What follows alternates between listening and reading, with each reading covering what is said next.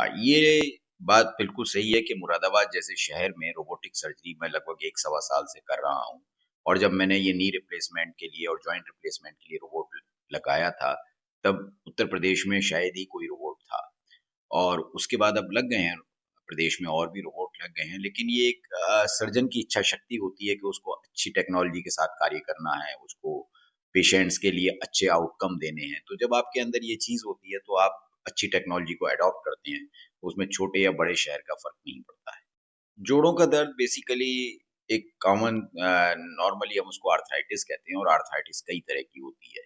एक तो आर्थराइटिस होती है ऑस्टियोआर्थराइटिस जिसे हम कहते हैं, जो कि ऐज के साथ होती है। उम्र के साथ आपके जॉइंट्स की कार्टिलेज डैमेज होने लगती है और उसको ऑस्टियोआर्थराइटिस कहते हैं।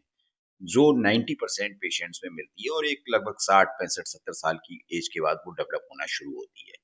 कुछ आर्थराइटिस ऐसी होती हैं जो कि ऑटो इम्यून होती हैं, बॉडी में कुछ इस तरह की एंटीबॉडीज बन जाती हैं जो जॉइंट को डैमेज करने लगती हैं, जैसे कि रोमेटॉइड आर्थराइटिस है या और बहुत सारी आर्थराइटिस हैं जो कि जल्दी उम्र में हो जाती है, उनका उम्र से कोई ताल्लुक नहीं होता है। कुछ होता है कि यूरिक एसिड बढ़ने की वजह से आर्थराइटिस होती है, उसको गाउटी आर्थराइटिस कहते हैं, उसका भी उम्र से कोई ताल्लुक नहीं होता है, लेकिन इनकी परसेंटेज रिलेटिवली कम है।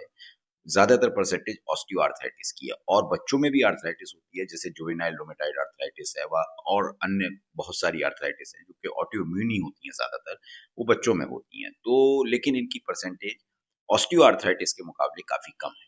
तो ज़्यादातर जो हमें हमारी जो क्लिनिकल प्रैक्टिस में आते हैं, ऑर्थोपेडिक सर्जन्स के पास जो पेशेंट्स आते हैं या जिनको रिप्लेसमेंट की आवश्यकता होती है, वो ज़्यादातर ऑस्टियोआर्थराइटिस के होते हैं या फिर कुछ रूमेटॉइड आर्थराइटिस के होते हैं। देखिए, अगर सही टाइम पे आइडेंटिफ़ाई कर लिया जाए, अर्ली स्टेज पे आइडेंटिफ़ाई कर लिया जाए किसी भी आर्थराइटिस को, तो उस आर्थराइटिस को क्योर तो नहीं किया जा सकता, किसी भी कोई भी आर्थराइटिस हो। लेकिन हाँ, उसका जो प्रोग्रेशन है, उसको स्लो किया जा सकता है, जिसे जो कि आपको मान लीजिए कि जॉइंट रिप्लेसमेंट की आवश्यकता 10 साल में पड़ने वाली है और अगर आपने आप जल्दी आइडेंटिफ़ाई कर लिया, तो कुछ ऐसी मेडिसिन्स हैं या लाइफ़स्टाइल आपका चेंज करने के बाद, उस चीज़ को हम 15 साल, 20 साल तक ले जा सकते हैं। तो इस तरह से हो सकता है, लेकिन आप ये